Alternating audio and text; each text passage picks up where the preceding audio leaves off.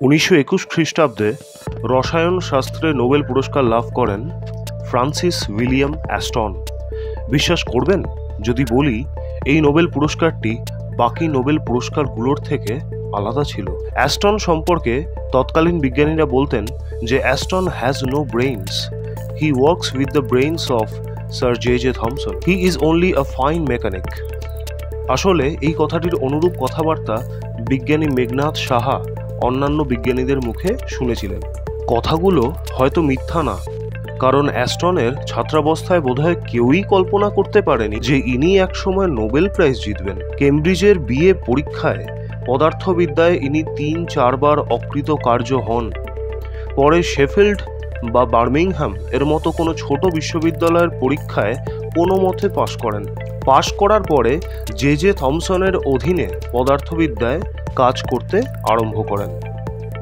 মেঘনাদ সাহা কেমব্রিজে অবস্থানকালে অ্যাস্টনের যন্ত্রশালায় গিয়েছিলেন। যন্ত্রশালার যেমন বিবরণী তার রচনা সংগ্রহ থেকে পাওয়া যায়, তাতে দেখা যায় সেই যন্ত্রশালা অতি সাধারণ।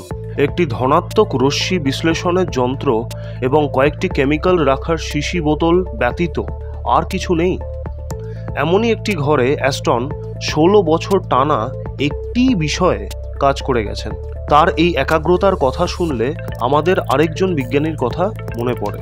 তিনি হলেন অ্যালবার্ট আইনস্টাইন, যিনি বিশেষ আপেক্ষিকতা তত্ত্ব প্রকাশের পর সাধারণ আপেক্ষিকতা তত্ত্ব প্রকাশ করতে প্রায় 10 বছর সময় নিয়েছিলেন এবং আপেক্ষিকতা তত্ত্ব নিয়ে জীবনের 20টি বছর অতিবাহিত করেছেন। কোয়ান্টাম ফিল্ড থিওরি নিয়ে জীবনের শেষ 30টি বছর অতিবাহিত করেছেন। প্রথম প্রচেষ্টা সফল হলেও দ্বিতীয়টিতে আইনস্টাইন অবশ্য সফল হননি। অ্যাস্টন পরমাণুর আইসোটোপ নিয়ে কাজ করেছিলেন। ব্যাপারটা একটু খোলসা করা যাক। পরমাণুর ভর যখন প্রথম মাপা হয়েছিল তখন দেখা গিয়েছিল প্রত্যেকটি প্রায় পূর্ণ সংখ্যা, যেমন হাইড্রোজেনের 1, কার্বনের 12 কিংবা অক্সিজেনের 16। পরমাণুর লৌকিকতা নিয়ে সে সময় বিজ্ঞানীরা সংশয়াতীত ছিলেন। পরমাণুর ধারণা নিয়ে উইলিয়াম প্রাউট এতটাই মশগুল ছিলেন যে তিনি একটি অনুমান করে বসেন। তিনি বলেন যে আসলে গোটা মহাবিশ্বটা শুধুই হাইড্রোজেন দিয়ে তৈরি, আর কোনো মৌল নেই। অর্থাৎ প্রত্যেকটি বড় পরমাণুই আসলে গোটা কতক হাইড্রোজেনের সমষ্টি। উদাহরণস্বরূপ হাইড্রোজেনের পরমাণুর ভর 1। সুতরাং যদি ধরে নেওয়া যায় 12টি হাইড্রোজেন একসাথে একটি জোট তৈরি করেছে, তাহলে সেই জোটটির মোট ভর হবে 12 গুণ 1 = 12। লক্ষ্য করুন, কার্বনেরও ভর 12। অতএব প্রাউট ধরে নিয়েছিলেন যে একটি কার্বন আসলে 12টি হাইড্রোজেন দিয়ে তৈরি। এমনভাবেই ক্যালসিয়ামের ভর 40, অতএব বলাই যায় একটি ক্যালসিয়াম পরমাণুও আসলে 40টি হাইড্রোজেন পরমাণু দিয়ে তৈরি। প্রাউটের অনুমানটিকে তৎকালীন বিজ্ঞানীরা সহজেই নাকচ করতে পেরেছিলেন। আসলে যন্ত্রপাতি আরও পরিশীলিত হলো।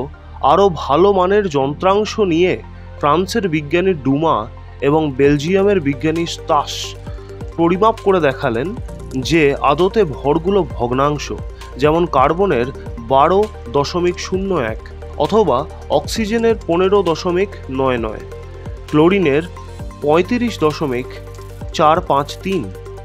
বোঝাই যাচ্ছে যে প্রাউটের এই হোল নাম্বার থিওরি টিকছে না। প্রাউট এত সহজে দম্বার পাত্র নন। এবার তিনি বললেন যে আসলে গোটা একটি হাইড্রোজেন 2টি অর্ধেক হাইড্রোজেন দিয়ে তৈরি। ঠিকই শুনেছেন, প্রাউট বললেন এই হাফ হাইড্রোজেনই হলো আসল পরমাণু। সুতরাং একটি হাইড্রোজেন পরমাণু 2টি হাফ হাইড্রোজেন দিয়ে তৈরি।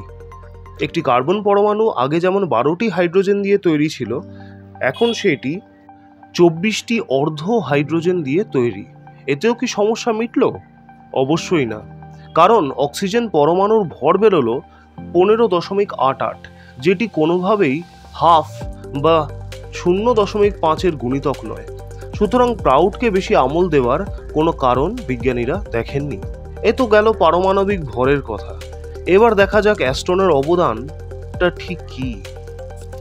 প্রাউটকে কেউই পাত্তা দিল না, সেটা না হয় বোঝা গেল, কিন্তু কেউই বলতে পারলেন না যে পারমাণবিক ভর কেন ভগ্নাংশ হয়। এই নো ব্রেইনস অ্যাস্টনই কিন্তু এই সমস্যাটার সমাধান করেছিলেন। কিন্তু কিভাবে? চলুন সংক্ষেপে জেনে নেওয়া যাক। অ্যাস্টনের পরীক্ষাটি বোঝানোর জন্য আমরা নিয়ন গ্যাস নিলাম। ধরে নিলাম এই নিয়ন গ্যাসে দুই ধরনের পরমাণু বা অণু আছে, যথাক্রমে নিয়ন 20 এবং নিয়ন 22। কাঁচের নলের ভিতরে এই নিয়ন গ্যাস পুরে যদি সেটার ভিতর খুব জোরে বিদ্যুৎ চালনা করা যায়, তাহলে সেই গ্যাসের পরমাণুগুলির থেকে একটি বা দুটি ইলেকট্রন বেরিয়ে আসতে পারে, অর্থাৎ পরমাণুগুলি আয়নিত হয়। এই ধনাত্মক বা পজিটিভ আধান বিশিষ্ট আয়নগুলিকে একটি বিশেষ উপায়ে ত্বরান্বিত করা সম্ভব হয়, ত্বরণ অর্থাৎ অ্যাক্সিলারেশন। এই আয়নগুলিকে চৌম্বক ক্ষেত্র বা ম্যাগনেটিক ফিল্ড এবং তড়িৎ ক্ষেত্র বা ইলেকট্রিক ফিল্ড, অর্থাৎ যদি আয়নগুলিকে একই সাথে এই দুটি ক্ষেত্রের ভিতর দিয়ে পরিচালনা করা যায়, তাহলে ভিন্ন ভরের আয়নের ত্বরণ ভিন্ন হয় এবং তারা ভিন্ন ভিন্ন পথ গ্রহণ করে। এক্ষেত্রে নিয়ন 20 যে পথে ফটোগ্রাফ প্লেটের ওপরে গিয়ে আঘাত করবে, ভারী আয়নটি অর্থাৎ নিয়ন 22 একটি আলাদা পথে গিয়ে প্লেটে আঘাত করবে। অর্থাৎ আমরা ফটোগ্রাফ প্লেটে দুই ধরনের রেখা পাব। দুইটি আধানের এই ভিন্ন পথ গ্রহণ করা অর্থাৎ পথের বিক্ষেপ থেকে এই দুইটি পরমাণুর ভর বের করা যায়। এখান থেকেই বোঝা যায় যে নিয়ন পরমাণুর ভর কেন 20.2, অর্থাৎ একটি ভগ্নাংশ। আসলে 100টা নিয়ন পরমাণুর মধ্যে 90টা পরমাণুর ভর 20 এবং 10টির ভর 22। এই গোটা ব্যাপারটাকে বলে যোগতড়িৎ রেখা বিশ্লেষণ বা স্যার জে থমসনের বিখ্যাত পজিটিভ রে অ্যানালিসিস। 1921 সালে অ্যাস্টন তার কাজের জন্য নোবেল পুরস্কার লাভ করেন। সেটা আমরা আগেই বলেছি।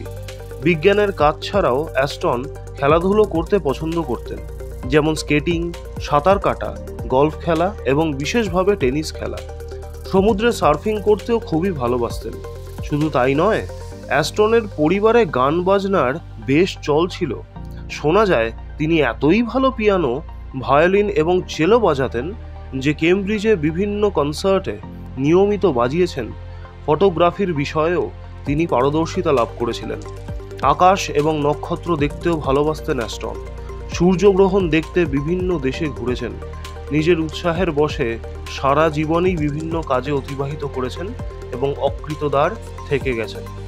1945 সালের 20 নভেম্বর কেমব্রিজে থাকাকালীন 68 বছর বয়সে তার মৃত্যু হয়।